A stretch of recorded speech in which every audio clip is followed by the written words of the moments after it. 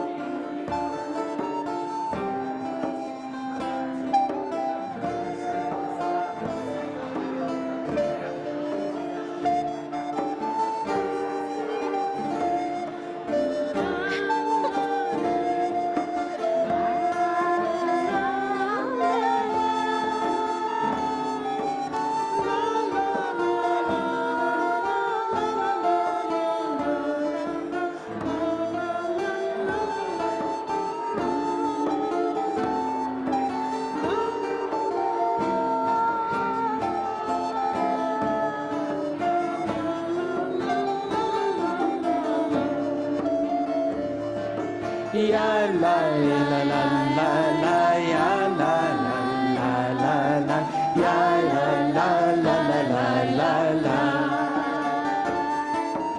ya la la la la la ya la la la ya la la la la la la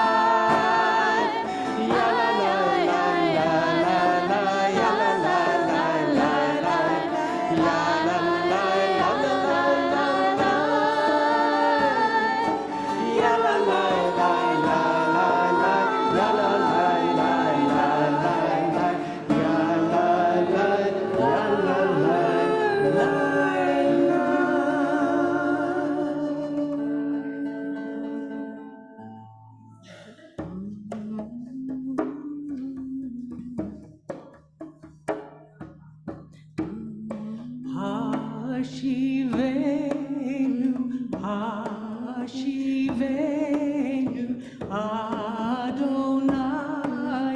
Elecha Hashivenu Hashivenu Adonai Elecha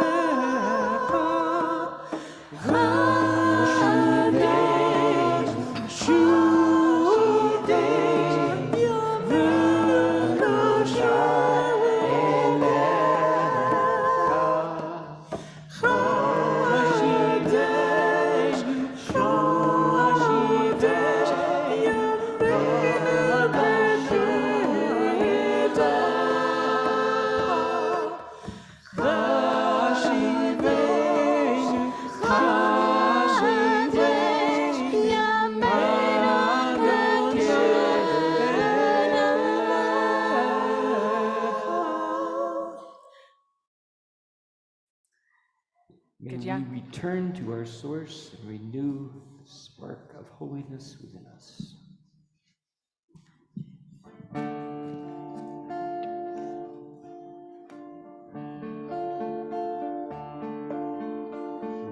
Return again, return again. Page 2. Return to the home of your soul. Return again, return again, return to the home of your soul. Return to who you are, return to where you are, return to what you are, born and reborn again. Return again, return again, return to the home of your soul.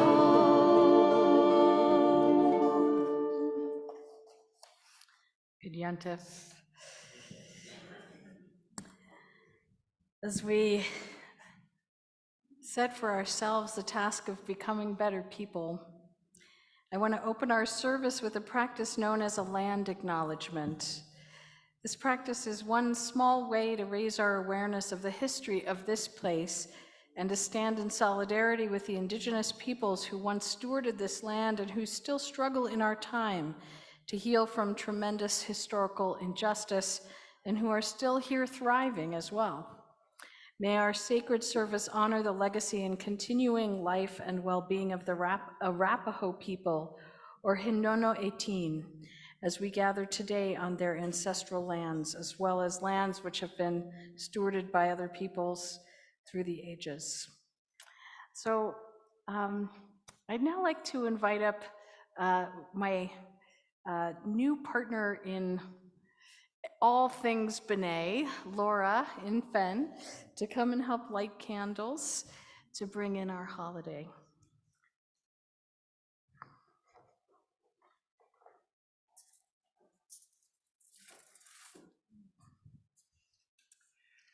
As the great doors of night open, we come together into this time of teshuvah, this time of turning, this time of unfolding, this time of letting go. May the lights we now kindle reveal to each of us all that has been hidden and guide us on to our path of wholeness and peace.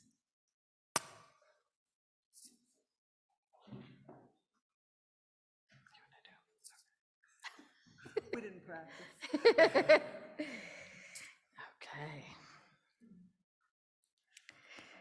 Baruch atah Adonai Eloheinu melech haolam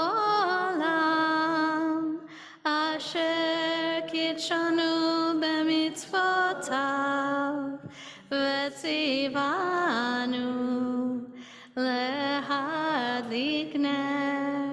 lehadlik ner shel Yom HaKippurim.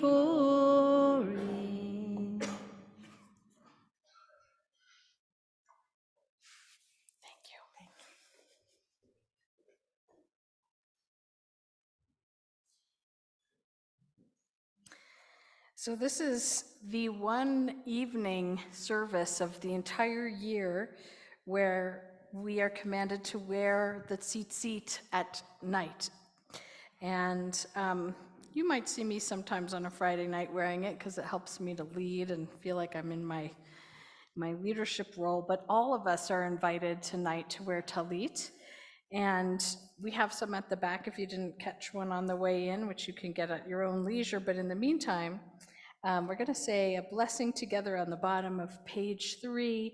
And if you do have a talit with you, I invite you to join me in saying the blessing and take a moment to just wrap yourself in the talit, setting our intention for the evening. Avarech et ein hachayim shetitatef betalit shel tzitzit.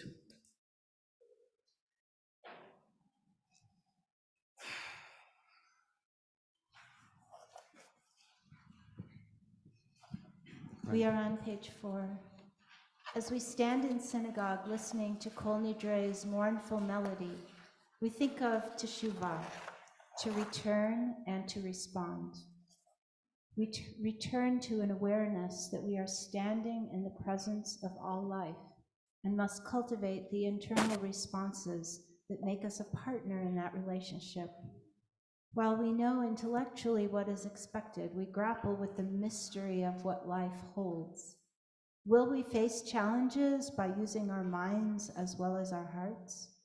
Will we do the right thing because we are aware of our relationship with the divine? Perhaps. But even if we have not yet repaired our frailties, we acknowledge that the possibility is still available to us.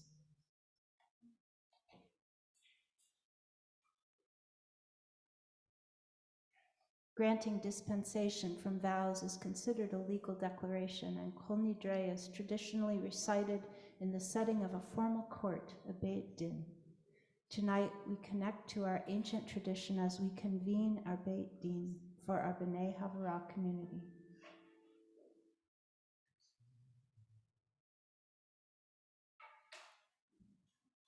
Three members of our community come forward to hold the Torah. In a single voice, we declare, all, including those who have transgressed, are permitted to come and pray. Who among us, we might ask, has not transgressed? Who among us is without failings? Calling upon our own authority, we grant permission to pray together as an incomplete people.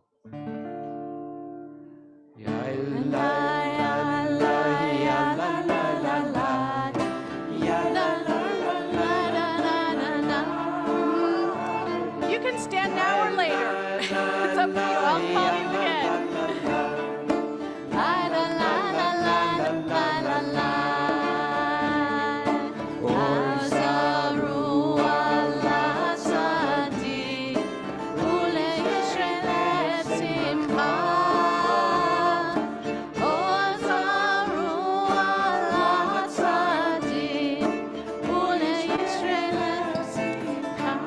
I'll call you in just a minute.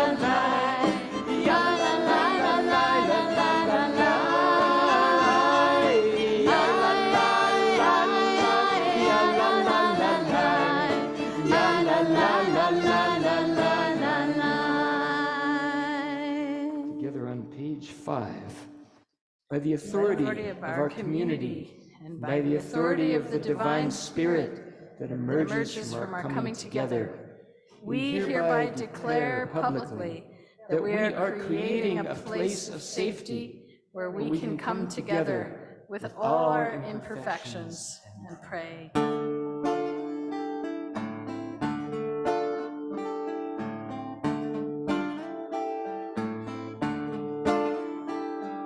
Shiva Shamahala, Shiva Shamala, Shiva Shamata, Shiva Shamata, Shiva Shamahala, Shiva Shamala, Shiva Shamata, Shiva Shamata, Alda Tamako, Alda Tamako, Alda Takaha, Alda Takaha, Alda Tamako, Alda Tamako, Alda Takaha, Alda Takaha, Anu Matiri Nahit Palel Im Havayani Anu Matiri Nahit Palel Im Havayani Shiva Shamahala Shiva Shamala, Shiva Shamata Shiva Shamata, Shiva Shamahala Shiva Shamala, Shiva Shamata Shiva Shamata, Ada Tamako Alda Tamako, Veada Takaha Alda Takaha, Ada Tamako Alda Tamako, Veada Takaha Alda Takaha, Shiva Shamahala Shiva Shamala, Shiva Shamata Shiva Shamata, Shiva Shamahala Shiva Shamala, Shiva Shamata Shiva Shamata.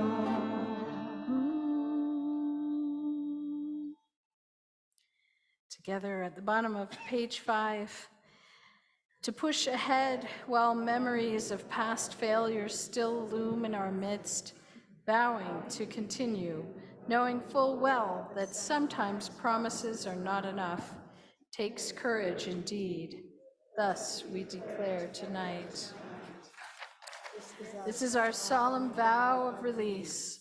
All promises we make in the power of the moment, all curses we utter quietly under our breath, all vows we may swear with the sad knowledge that we will never fulfill them, are hereby null and void.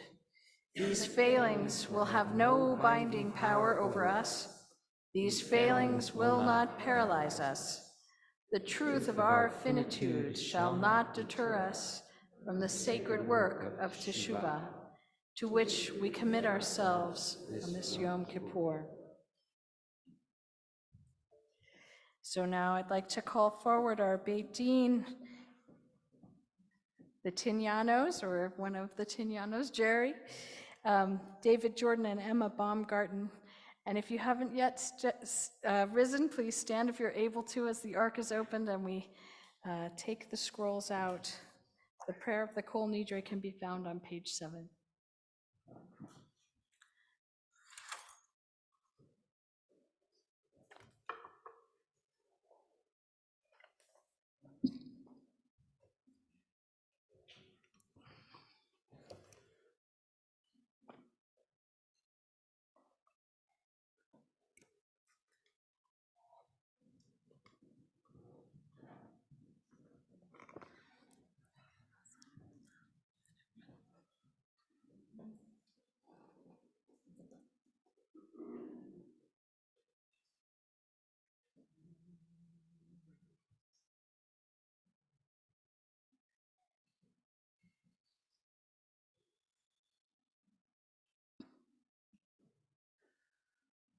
Kol Nidre Vesare Vecharame Vekoname Vechinuye Vekiniuse Ushuvuot Dindarna Udishtabana Udeachararimna Vediasarna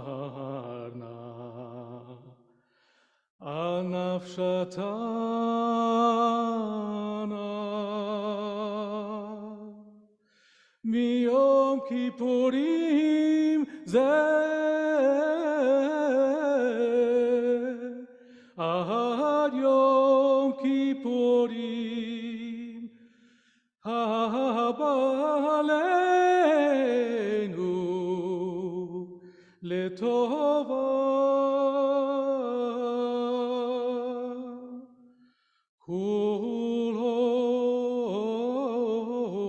Kulon Ichratna Vehom Kulon Yehon Sharan Shvikin Shvitin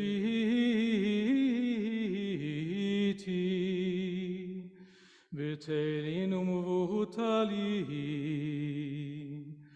La sheririn V'la kayamin Nidrana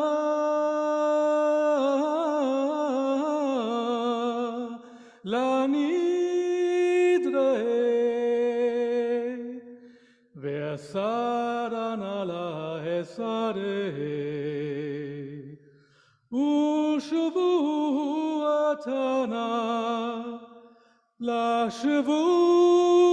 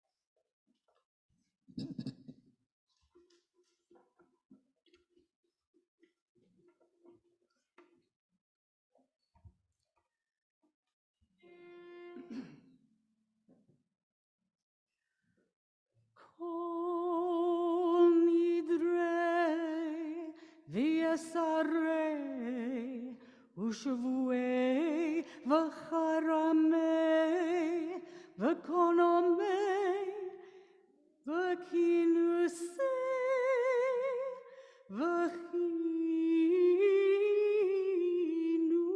Vachinuye Daindana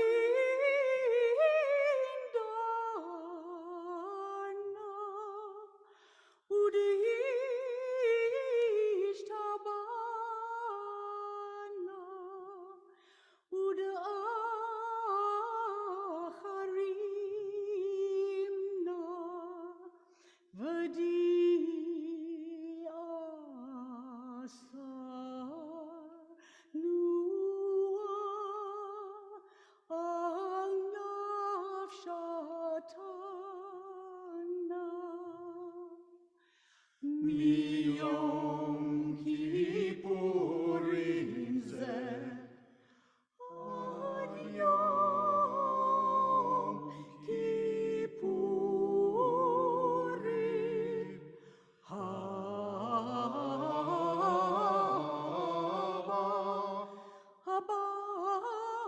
Aleinu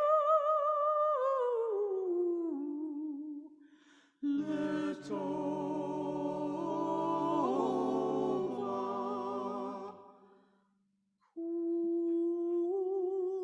Kulhon Igrat Nabahon Kulhon Yehon Sharon Yehon Sharon Shvikin Shevitin Batelin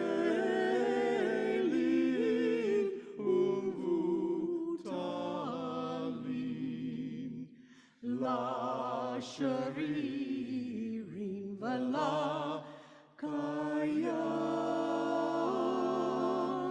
Kayamin Nidrana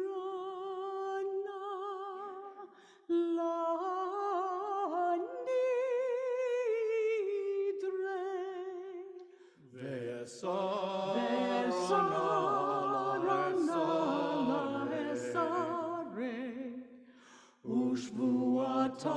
Ushbuatan Allah Shavuot.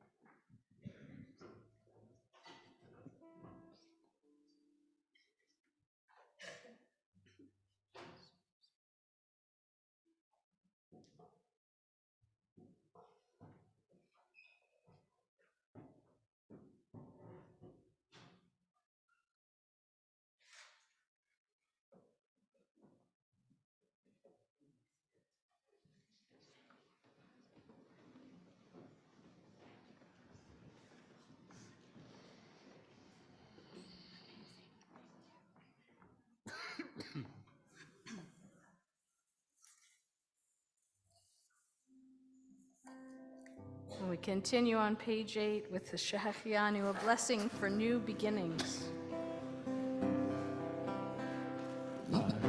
Ata Adonai Eloheinu melech haolam Shehechianu vekimanu vehigianu lazman hazeh Baruch atah Adonai Eloheinu melech haolam Shehechianu vekimanu vehigianu lazman hazeh Amen.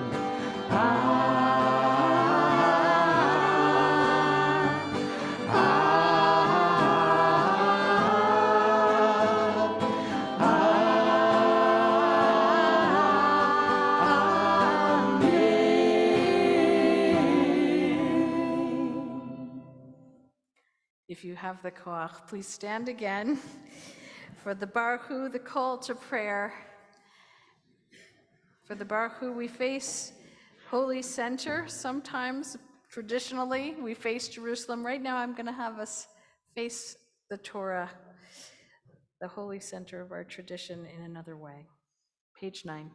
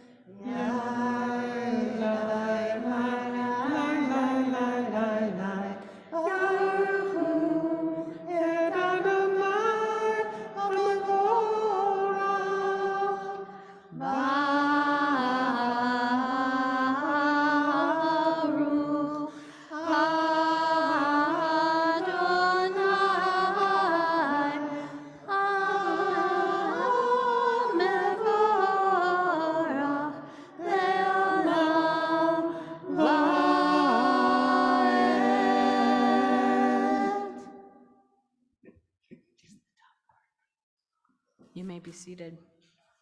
Life becomes infinitely more meaningful and worthwhile when we become aware, through our participation in public worship, of a common life that transcends our individual selves. Page 10. La la la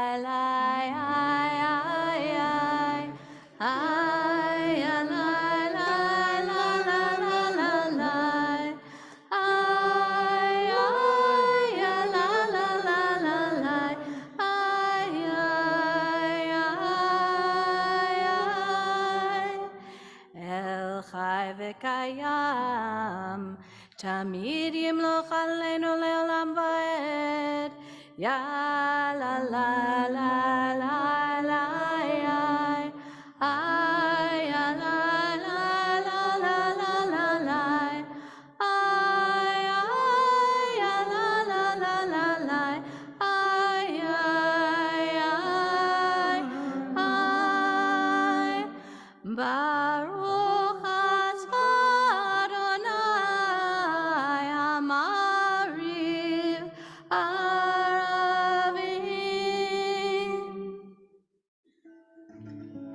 First line of Ahavat Olam, bottom of page 10.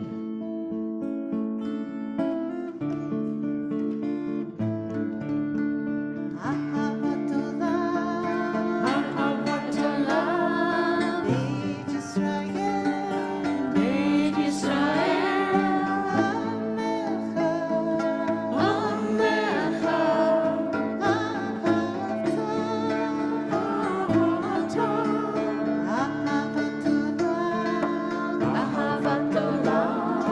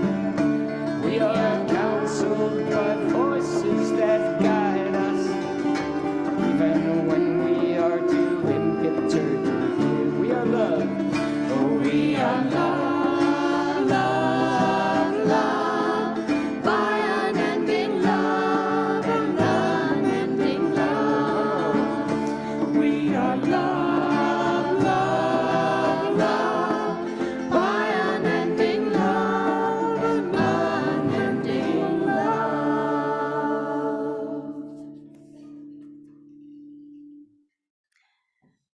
So I'd like to call forward anyone in the room who was a recently passed my mitzvah student, or who is going to be standing up and leading us for a B mitzvah service in the next year.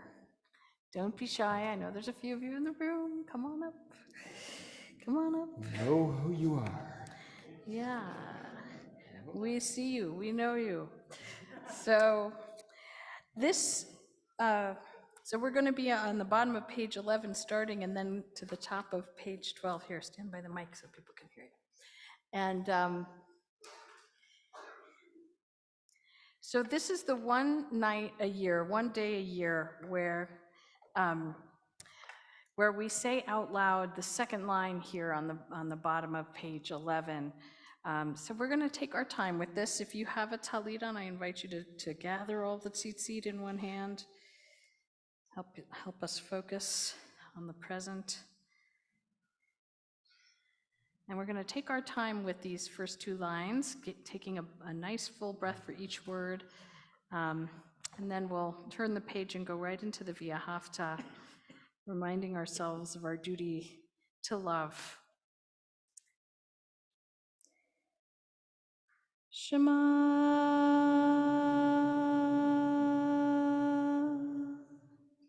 Yisrael Adonai Eloheinu Adonai Echad. Baruch Shem Kehod Malchuto Leolam Vaed.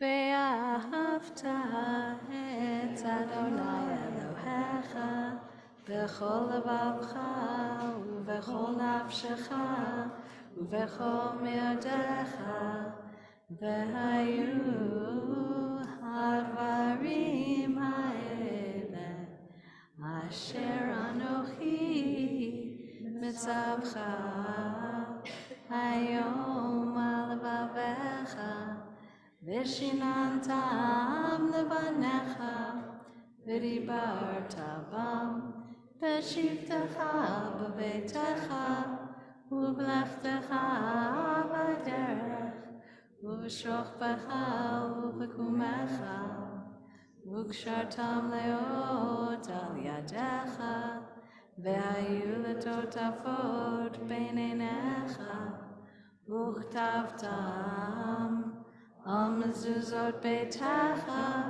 u'b'yisharecha. All right, before you sit down, just want to give you a quick blessing. Here we are. Misha berach avotenu Abraham Yitzchak v'Yaakov v'imotenu Sarah Rivka Rachel v'Leah. May the one who blessed our ancestors Abraham, Isaac, and Jacob, Sarah, Rebecca, Rachel, and Leah bless all of you who've arisen today in leadership. And may you be blessed with health, with community and connection and friendship. And may you always find value and meaning as you seek in your Jewish heritage.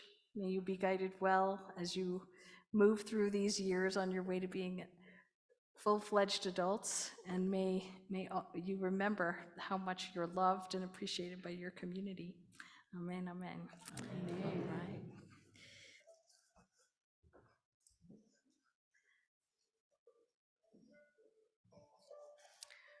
Page 13.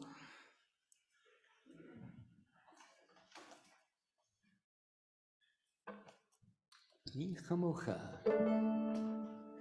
Mi chamocha, Elim Adonai.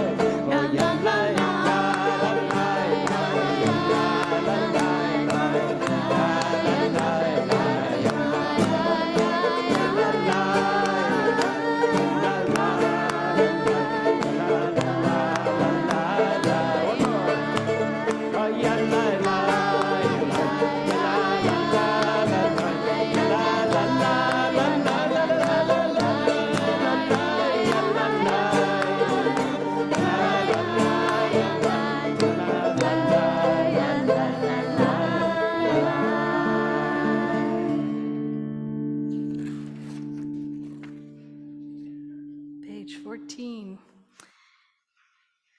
Take a moment to pray for peace. On the bottom of the page, imagining a canopy of shalom over our gathering, over our city, our nation, and our world.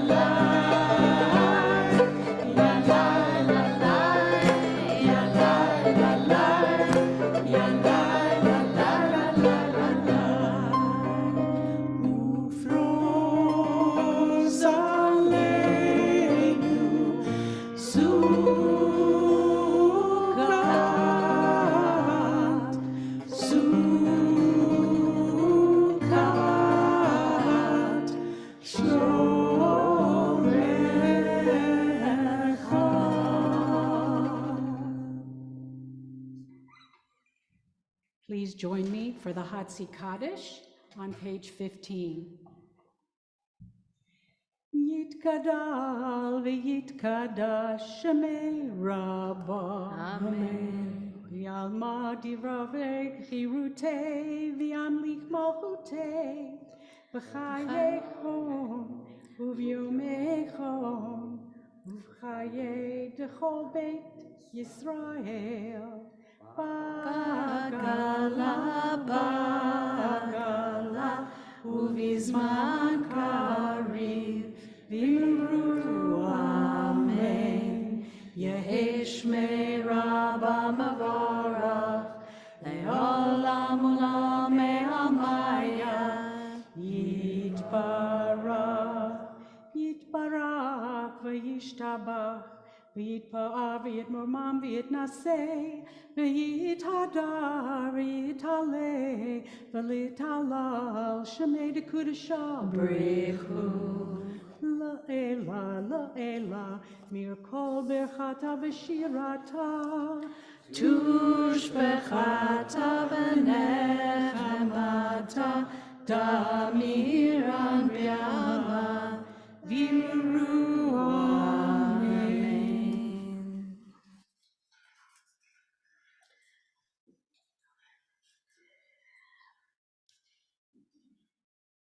If you open any Torah scroll, you will find right at the center, chapter 19 of the book of Leviticus, a section known as the Holiness Code, which is often understood to be a kind of secondary version of the Ten Commandments. This section includes some of the greatest biblical hits like love your neighbor as yourself and don't stand idly by the blood of your neighbor. We'll be reading from this passage tomorrow morning. One of the striking things that you might notice in this whole section is the emphasis on honesty. Verse 11, you shall not deceive or lie to one another. Verse 13, you shall not defraud your fellow. Verse 35, honest balances, honest weights, honest measures shall you have. It's not surprising that this central code of conduct in the Torah considers honesty to be so essential. Telling the truth is more than just some kind of noble obligation we have to our fellow human beings and our personal relationships. Telling the truth is one of the basic principles that enable human beings to create civilizations. Without a standard of truth-telling, our economic and civil society cannot function properly. If you doubt this, think back to 2008. Or better yet, go watch The Big Short, a film that explains how the financial meltdown happened. From the first-time home buyers lying to themselves about what they could pay, to the shady loan dealers who seduced them with misrepresentations of mortgages, to the financiers who chopped up and deceptively packaged risky debt to hide its true nature, to the rating agencies who gave out false assurances. The whole stinking mess was built on fraud and misrepresentation of financial reality on every level. And when the truth came calling, it almost destroyed global capitalism. More recently, think of what happened to FTX and cryptocurrency markets. There is a cost to lies. And what do you think happens to democracy when citizens can't discern the truth about candidates, policies, the relevant facts and history that would enable us to make wise and informed decisions? One frightening answer to this question is the novel 1984 by George Orwell. In case it's been a while, I'll remind you. This book is a dystopia written in the 40s, the 1940s, imagining the 1980s as if the forces of Stalinism and fascism had won. The central character, Winston Smith, works in the Ministry of Truth, where he carefully erases any trace of inconvenient facts and history from all public record. This erasure of the true past makes it easier to manipulate the public, who are subjected constantly to mass media propaganda. The truth, produced and propagated by the Ministry of Truth, becomes disconnected from the facts of history and science. Instead, truth is whatever Big Brother says it is. This is why Timothy Snyder wrote in his book On Tyranny, 20 Lessons from the 20th Century, believe in truth. To abandon facts is to abandon freedom. Post-truth is pre-fascism. In our time and place, it may be much harder to erase the past than it was for Winston Smith, but it's also much easier to repeat and spread misinformation no matter how fast our fact checkers fly. Some analysts have already declared our time to be an era of post-truth politics. But is it always the right thing to tell the truth? Aren't there exceptions? When it comes to telling the truth in our personal relationships, things can be complicated. According to Jewish tradition, ooh, I want some water and I cannot have it. According to Jewish tradition, despite the commandments we saw in Leviticus, truth is not an absolute value. It must be weighed against other values, such as kindness. In Tractate Ketubot of the Talmud, it's taught, how does one praise the bride while fulfilling the mitzvah of rejoicing with the bride and groom? The school of Shammai says, describe her as she is. The school of Hillel says, describe the bride as beautiful and full of grace. No problem if she's beautiful and full of grace. But what if you think she isn't? As is almost always the case, who wins? Hillel. On the surface, we might understand Hillel to be saying the bride's feelings are more important than being brutally honest on her special day. For her sake, for the sake of her new spouse, for the sake of the celebration, it's okay to tell a white lie. A few years ago, I came across a much deeper reading from Alan Marinus, a contemporary master of Musar, who I'm going to be bringing up a lot this Yom Kippur. Musar, if you aren't familiar, is the Jewish practice of self-improvement. So Marinus writes, some people equate truth with speaking their minds. But speaking your mind may simply be articulating your unexamined prejudice or bias. Shammai would have us make our personal perceptions our guide to truth. On the other hand, Hillel says we need to challenge ourselves to see truth not only through our own eyes, but also through the eyes of other people tied into the situation. This is a point that a lot of people miss. We crave honesty. We long for leaders who will tell us the truth, who will say what they really think or believe without caring about what the polls say or what is politically correct. As we've seen over the past decade, that kind of honesty has very potent appeal. But the Talmud reminds us, speaking one's mind is not the same thing as telling the truth. Shammai presumed that his limited view of the bride was the truth with a capital T, and that he had a duty to say it no matter what the cost. Hillel was wise enough to see that beauty is in the eye of the beholder. His truth might not be the whole truth, an important distinction. It seems that there are matters which cannot or should not be held to a standard of objectivity, the beauty of a bride, perhaps. There are also matters in which the ultimate truth is not knowable or provable, the nature and existence of God, for example. 20th century philosopher Emmanuel Levinas explains that really big truths, like the truth revealed at Mount Sinai, are simply too much for one mind to hold or grasp on its own. He says, it is as if the multiplicity of persons were the condition for the plenitude of absolute truth. Wow, that is a mouthful. The totality of the truth is constituted from the combination of multiple people.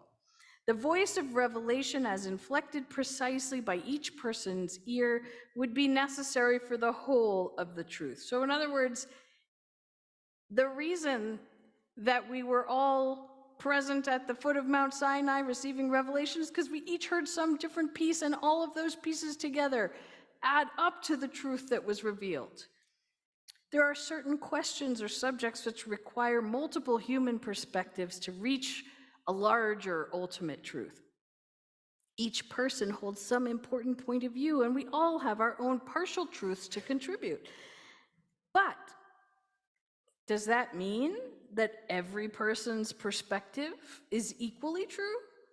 Is every perspective valid? No. Not all truths are created equal. There are truths about human nature or God that may take generations of insight to fully discover. But there are also certain things that are true because they correspond to scientifically provable, widely confirmed physical reality. If you put your hand in a flame, it will hurt. There was a terrorist attack on September 11th, 2001 in New York City. If you drive west on I-70 for a few hours from Denver, you will get to Grand Junction. Truth has a strength to it, a certain practical inevitability and reality that falsehood never achieves. Even truths of history, though they may be forgotten by every living human mind, their traces linger in physical evidence.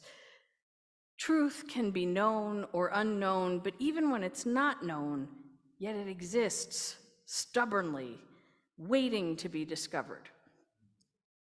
And while subjectivity is also a stubborn, inescapable quality of our experience, that doesn't mean that we're doomed to be alone in our understanding of what is true and what is real. But what if a person really believes something that simply isn't true? What if the people around that person tell him the truth over and over, but he refuses to accept it? What if, based on some false belief, a person takes actions that might be justified if his false belief were true, but are not justified by actual reality of the true facts? Is that person morally responsible as if he were tethered to reality, or is he only responsible based on his own version of reality? This comes up in a few cases. It comes up in cases of racial violence. Was Andrew Lester scared of the unarmed black teen, Ralph Yarl, at his door? Yes. He might have been really scared. He really thought he was in danger. Perhaps he was soaking his mind in poisoned tales of crime and vigilante justice. Maybe he was just having a paranoid delusion. We don't know why he was so terrified, but in reality, the reality outside of his mind, the person at his door was just a harmless teenager confused about an address and looking up to pick up his siblings.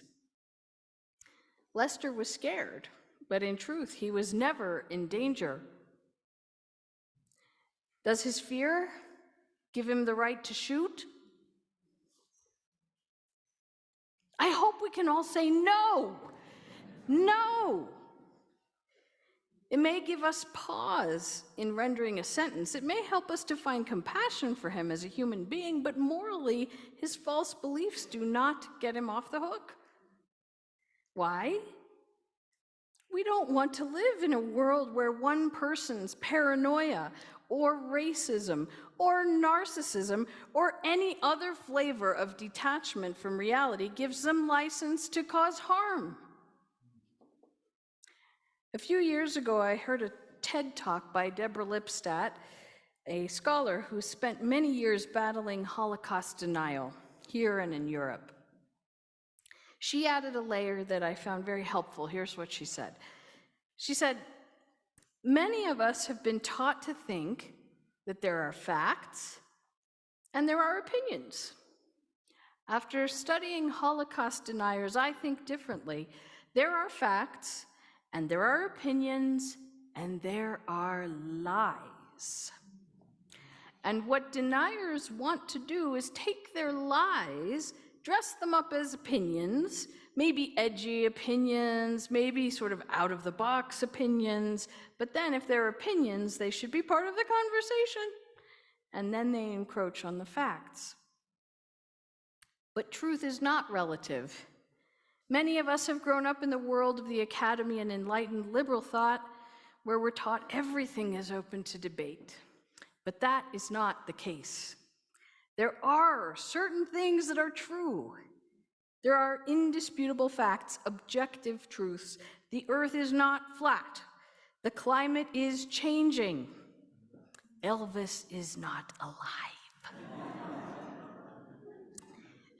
Lipstadt's point here is that dividing the world into facts and opinions, or subjective and objective truth, and proceeding in good faith, misses something important: lies. There are matters of opinion. Is the bride beautiful? Which political party is best? And there are facts. Elvis is dead. Sorry. And then there are deliberate deceptions. But when lies pretend to be matters of opinion, they become particularly dangerous, creating false narratives in which matters of historical or scientific fact are suddenly up for debate, and each side gets equal airtime. It's how we wasted decades debating whether humans contributed to climate change instead of facing the inconvenient truth and working on solutions. It's why so many people in the US today still consider the fact of who won the election in 2020 to be a matter of partisan opinion, even after numerous court cases have combed through evidence and responsible, grounded officials on the losing side have testified about factual results. It's why pundits, media, and political leaders are so profoundly irresponsible when they continue to frame the issue as a matter in which there are multiple valid reality-based opinions to debate. No. Tell the truth. There is a truth here, and it's not just a subjective or partisan matter. Not everyone will like it. I can think of an election that I didn't like, but allowing disappointment or darker motives to call into question the entire apparatus of democracy because you don't like the truth is dangerous. In the end, being honest with others begins with being honest with ourselves. The Jewish term for this is to be a person who speaks the truth in his heart. Dover ha'emet bilvavo. A few years ago, my son demonstrated to me that this is something inborn and natural, even if we lose track of it. When Adam was about 5 years old, I asked him one day, "Why is it important to tell the truth?" And he said, "So that other people will believe what you say." We'd been over the story of the boy who cried wolf more than once, and he knew by then that lying can backfire if you do it too much. So then I asked him, "Is it important not to lie to yourself?" He paused and laughed, half rolling his eyes as if he'd realized he was being asked a trick question. "Lie to yourself?" he said incredulously. "You can't lie to yourself, or at least I can't." And I wondered, is that so? Unless he was deceiving us both right there and then, his comment attests that there must be a point in childhood where we simply don't have the extra mental nooks and crannies to hide truths away from ourselves or believe the falsehoods that we ourselves manufacture. How old are we when we develop that sophisticated ability to deceive ourselves? Why do we develop it? Now I wonder, is there a way to undo it? What if we could pause that ability, even if only for just one day a year? What kind of safe space or communal practice could help us to let down our guard and face the truths that hide in those dark corners? What magic words could unlock our capacity to admit true things we wish weren't true and to be better for it? How about Yom Kippur? We gather tonight, tomorrow, in an ocean of words, words that propose to heal. We listen, we sing, we recite, we confess words of truth. The truth about who we have been, what we have done, what we have left undone and unsaid. We attempt tonight to create a safe space in which to examine ourselves and listen to that still small voice in the heart who will tell us the truth. A couple of weeks ago, in preparation for tonight, I asked some of you who came to Slichot to tell the truth to yourselves in writing. And I have been holding on to these, your confessions, ever since. So many of them, so familiar, so forgivable, so true and real and heartbreaking. These confessions are your words, naming hard truths about actions, habits, character flaws, sins, harmful behaviors, hurtful behaviors, carried, remembered, documented, and spoken, admitted, confessed, onto pieces of paper that I promised I would read aloud and then destroy. And I will. These are the truths of who we have been in our own honest eyes. But later, when I read them to you, I hope that you can remember they are only partial truth, the truth of the past, the truth we name aloud now in order to learn and change and be forgiven. These truths need not carry with us into the future. It will be up to us whether we relive them or choose a new way forward. Through this sacred day of Yom Kippur, may we find the courage and the strength to listen to that voice which tells the truth in our hearts. And may we also remember that facing the truth is not just a matter of facing what is broken and wrong and shameful, but also what is beautiful and loving and good. And may the truth of our goodness shine as a guiding light for all of us in the year to come. Amen.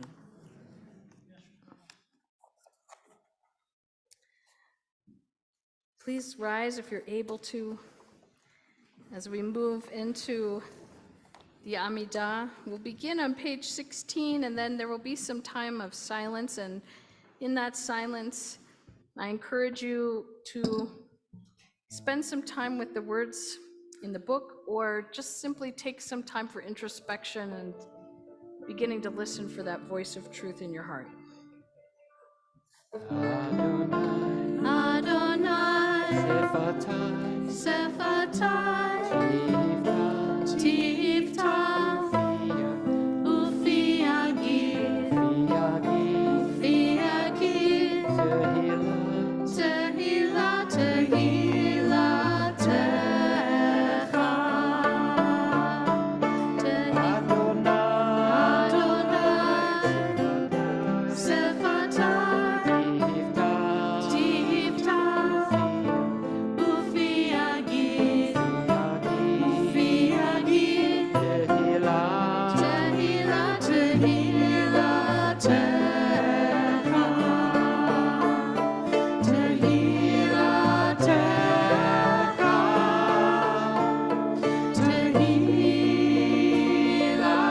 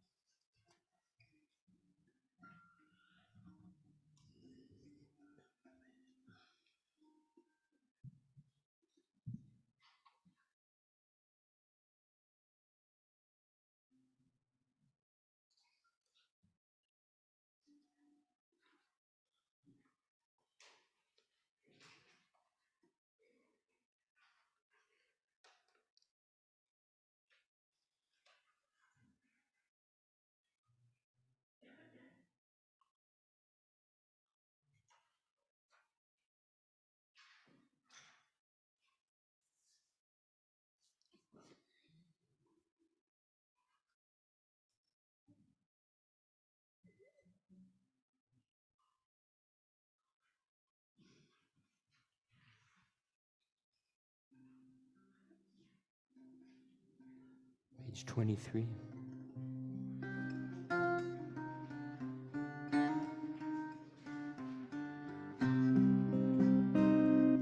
Sim, sim, sim, sim, sim, shalom, sim, sim, sim, sim, sim, shalom, sim, sim, sim, sim, sim, shalom, tova uvaracha.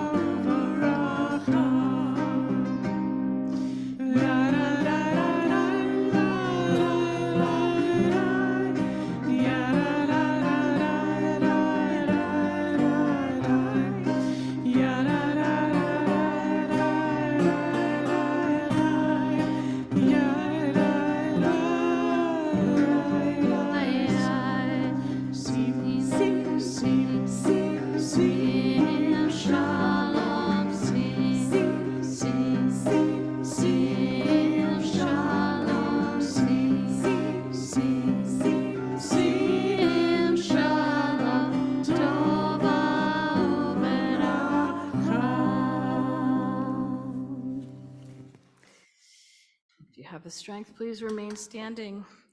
And maybe your practice, it is mine to cover my head with my talit during the vidui, the first confession of Yom Kippur. We turn to page 24, and we'll do several rounds. You'll notice as we move through these words that they are written in the collective voice.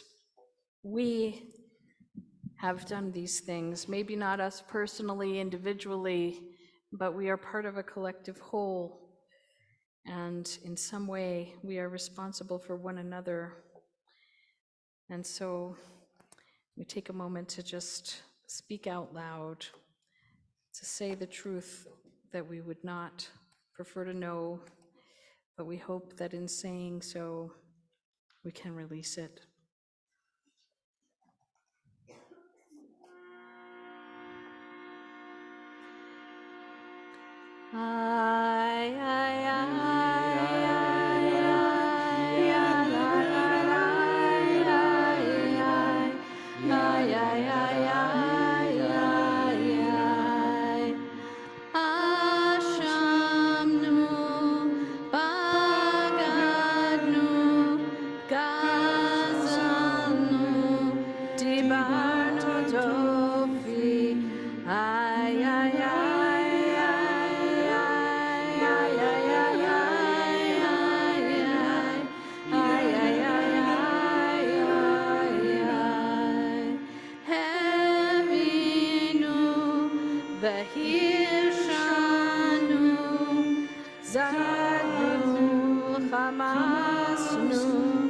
Tafanu shaker, ay, ay, ay, ay,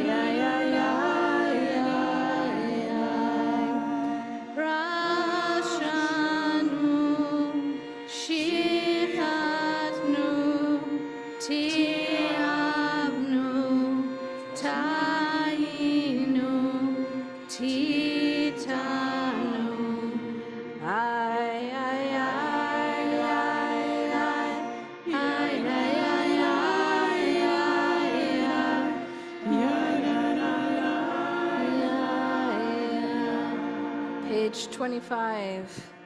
For the sorrow we have caused by compromising our moral standards.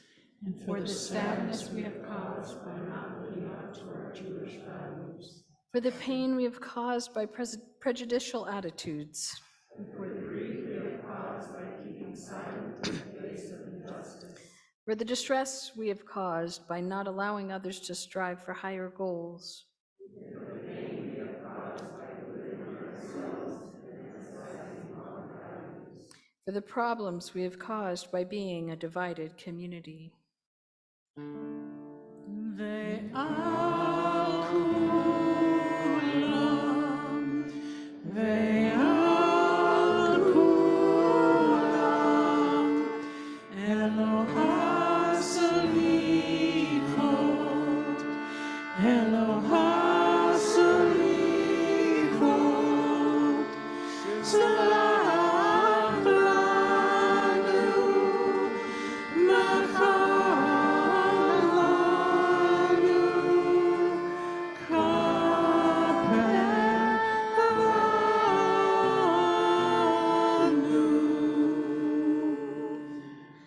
the suffering we have caused others and ourselves.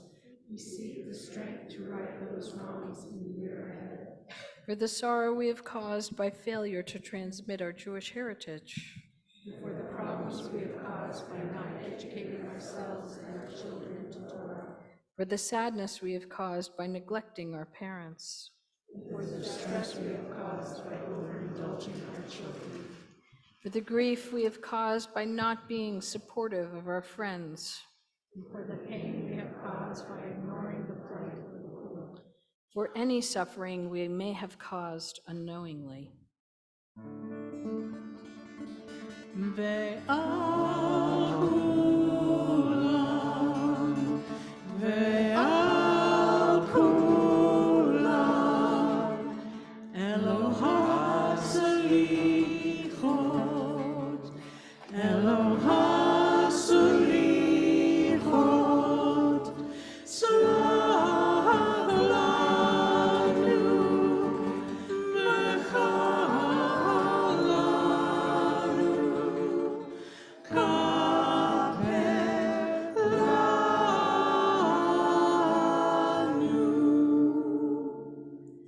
For the sorrow we have caused others and ourselves, we seek the strength to right those wrongs in the year ahead. For the distress we have caused by failing to act in the face of adversity, For the sorrow we have caused by not working for peace. for the suffering we have caused by not remembering oppressed Jewry, For the anguish we have caused by not remembering all oppressed peoples. for the sadness we have caused by not recognizing the image of God within each human being,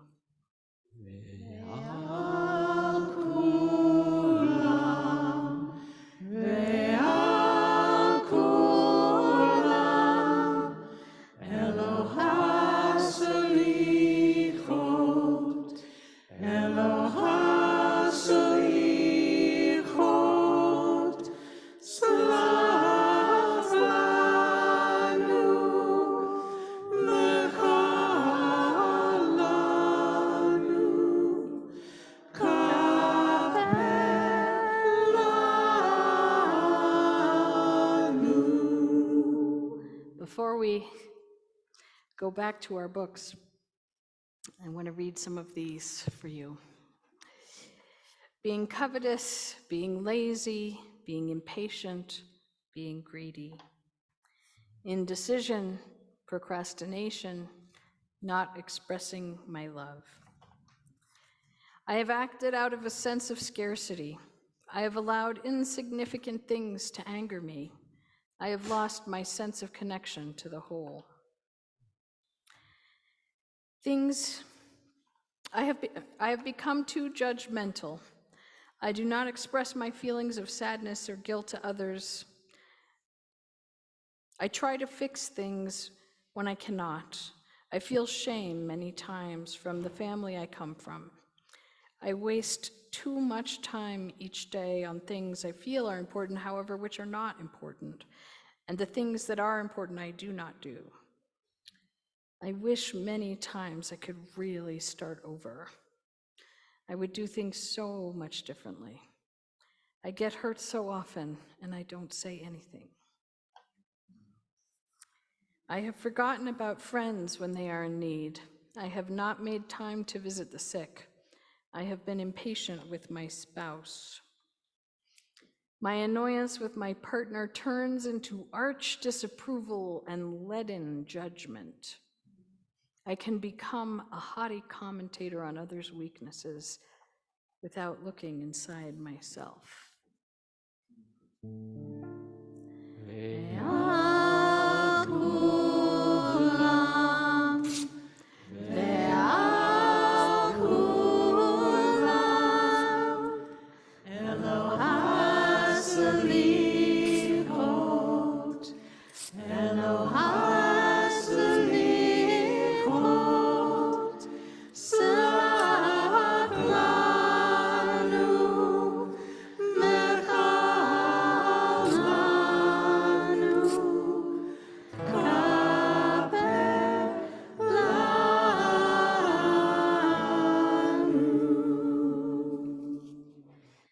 you're able, please remain standing. We turn to page 29.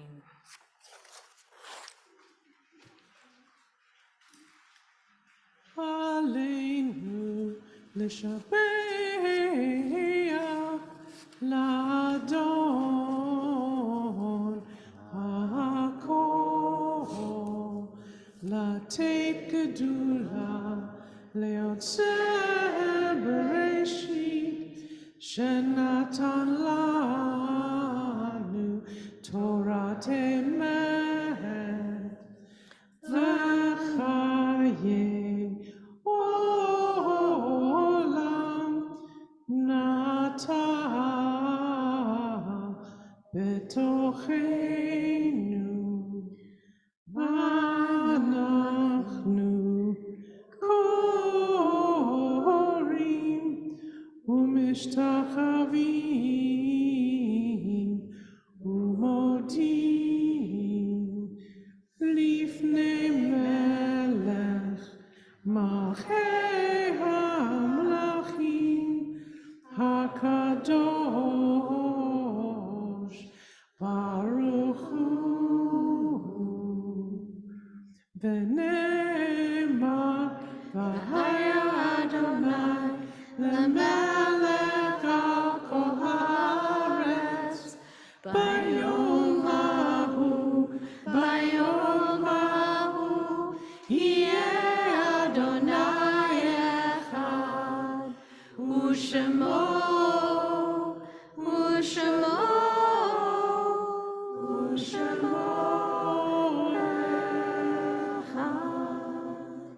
You may be seated. I'd like to call forward Michelle and Bob Goldschmidt to lead us in the reading on page 30.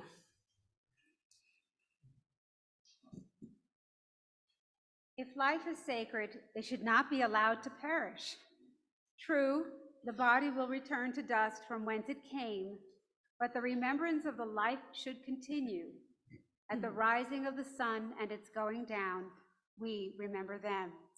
At the blowing of the wind and chill of winter, we remember them. At the opening of the buds and in the rebirth of spring, we remember them. At the blueness of skies and the warmth of summer, we remember them. At the rustling of the leaves and in the beauty of autumn, we remember them. At the beginning of the year and when it ends, we remember them. For they are now a part of us as we remember them. When we are weary and in need of strength, we remember them. When we are lost and sick at heart, we remember them. When we have joy we crave to share, we remember them. When we have decisions that are difficult to make, we remember them. When we have achievements that are based on theirs, we remember them. As long as we live, they too will live. For they are now a part of us as we remember them.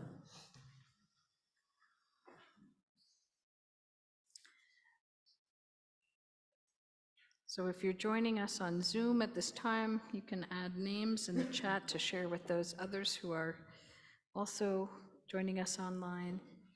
I'll be reading a list of names, recent passings, as well as those yard sites, the anniversary of the loss that fall at this time. And of course, tomorrow afternoon, we'll be reading many names, members who have passed in any time, and also those loved ones who we are aware of who have died in the last year since last High Holy Day season. I'm sure there may be names that are missing, and please let us know if there are. Since we're such a large gathering, we're not going to solicit extra names out loud, but when the time comes, if you are saying Kaddish and remembering someone, you can stand and we'll all say those names together. So we remember the recent passings of Marshall Brodsky, husband of Pat Madsen, Ann Wasserman Solomon, sister of John Wasserman, and Martin Cohn, brother of Lori Cohn, who all died within the last month. We also remember the following losses in years gone by at this time: Eugene Finnick, father of Shelley Goss, Helene Casbear, grandmother of Amy Hook, Joseph Meltzer, stepfather of Alan Lazaroff, Marion Copland Binnenkorb, grandmother of Claire Zilber, and Dolly DeWaskin Spiegel, mother of Paula Gutter. If you are remembering other yard sites at this time, please rise. Or if you are remembering a recent loss, please rise. And we'll take a moment, those of you who are standing, to just say out loud the names of your loved ones that you're remembering now.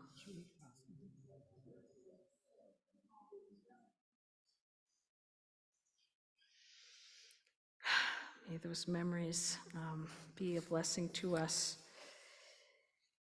The Mourner's Cottage can be found on page 31, and as is our custom, midway through the prayer, everyone is invited to join those who are already standing and complete the prayer in community. Page 31. Yit Gadal v'Yit Kadash Shemei Rabbah, Be'alma Divra Hirute v'Yamlich Malchute, B'chayechon uvyomechon uvchaye dechol Beit Yisrael, Ba'agala uvizman kariv v'yimru Amen. Yehei Shmei Rabbah Mevorach Le'olam U'Amei Almaya. Yitbarach v'yishtabach v'yitpa'ar v'yitromam v'yitnaseh v'yithadar v'yitaleh v'yitalal Shemei Dekudsha Barichu. La'ela la'ela min kol birchata v'shirata tushbachata v'nechemata da'amiran be'alma v'imru Amen. Yehei shlama rabba min shemaya v'chaim aleinu v'al kol Yisrael v'imru Amen. Oseh shalom b'mramav hu yaseh shalom aleinu v'al kol Yisrael v'al kol yoshvei tevel v'imru Amen. You may be seated.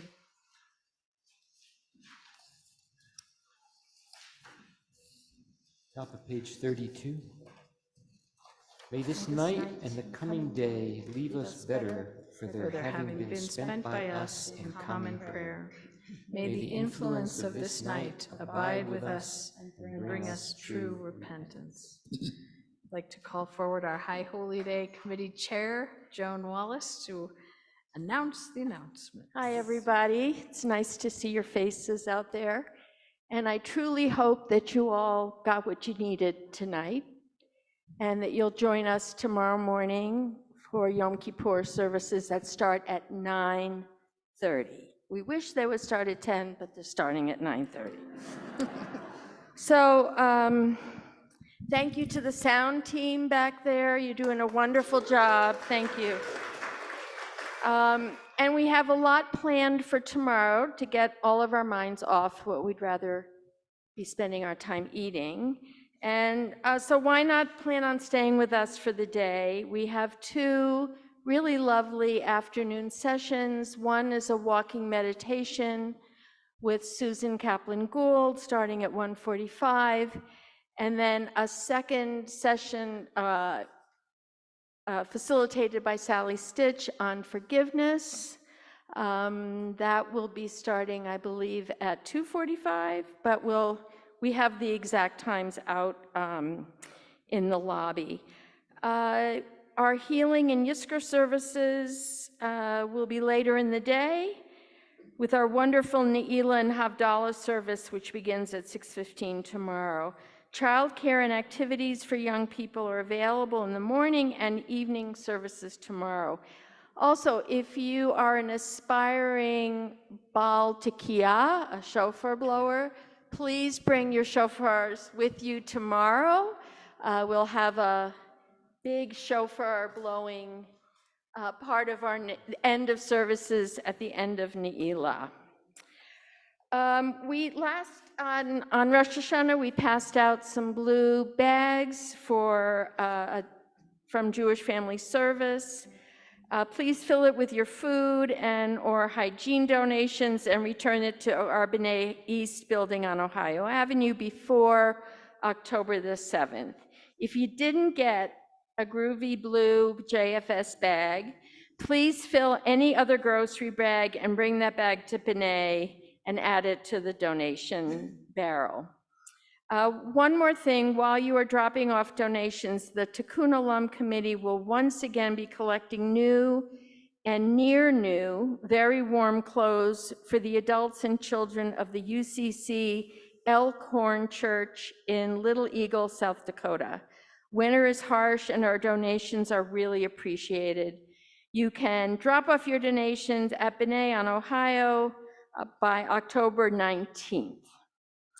There's a sukkah full of events being offered over the next couple of weeks. We hope you and your family will join us for many of them, whether it's our Shabbat in the sukkah next Friday night at the home of Sally and Tom Stitch, or the fun Shabbat morning in the sukkah family service and picnic on Saturday night right out here at B'nai West.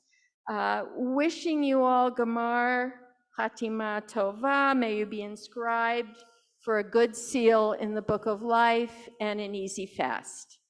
Thank you. Thank you.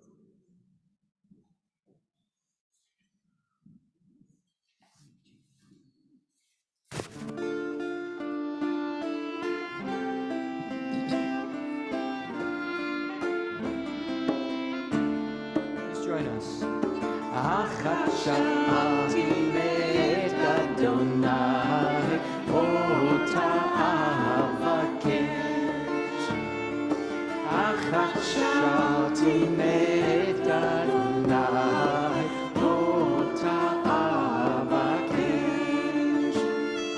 Shivti beveit Adonai, kol yamei L'chazon v'noam v'noam Adonai, u'vaker b'eichalo. L'chazon v'noam v'noam Adonai, u'vaker b'eichalo. Yalalai, yalalai,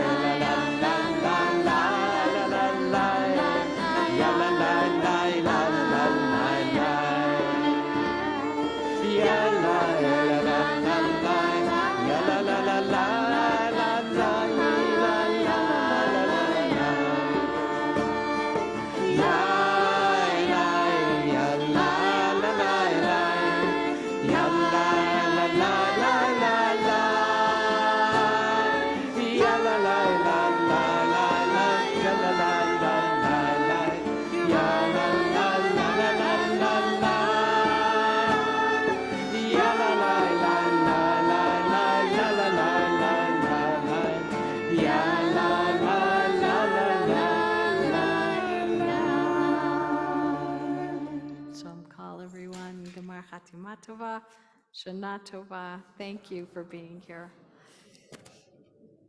Good Yontif.